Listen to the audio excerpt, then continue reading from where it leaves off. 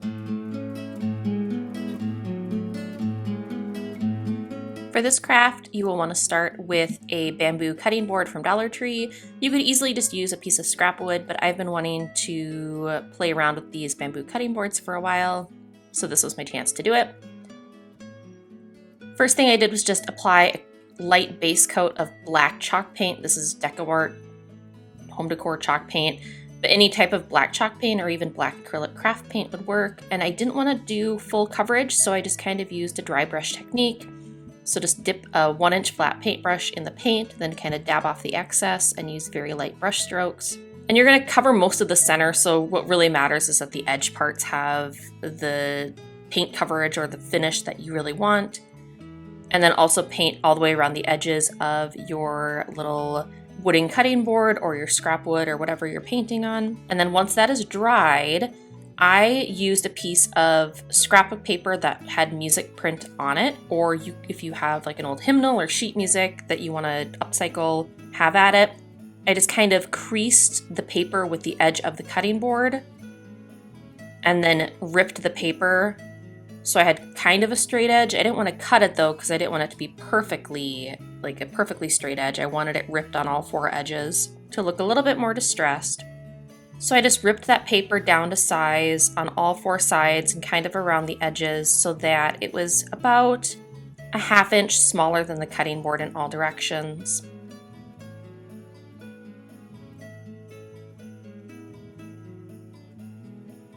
From there, I grabbed some matte Mod Podge. I like using matte on these projects.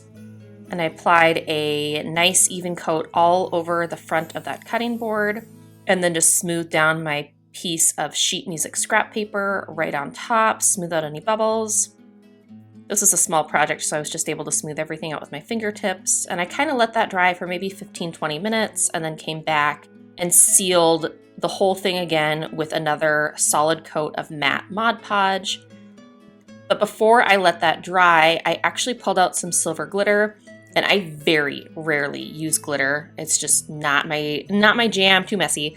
But for this, I thought it would look really cute to have just a glitter border on this sign, just for something a little different. And then I cleaned up my work surface. I recently ordered this little miniature desktop vacuum off Amazon, and it's been super handy cleaning up my work surface when I'm working with messy things like glitter. So I will link to that below.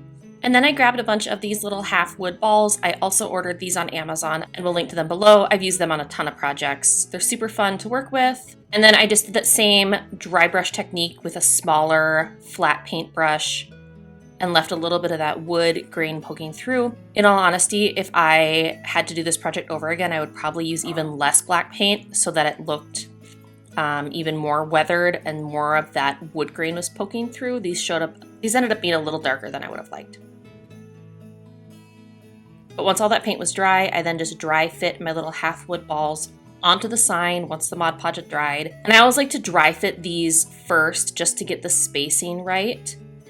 And then I use wood glue with a fine point paintbrush. So I like using wood glue because it gives me a little bit more wiggle room, a little bit more work time than if I was using hot glue, because it takes a minute to dry. So I'm able to kind of, even though I've dry fit everything in place, I can then set the wood beads in place and then kind of move them around until I get the exact spacing that I like.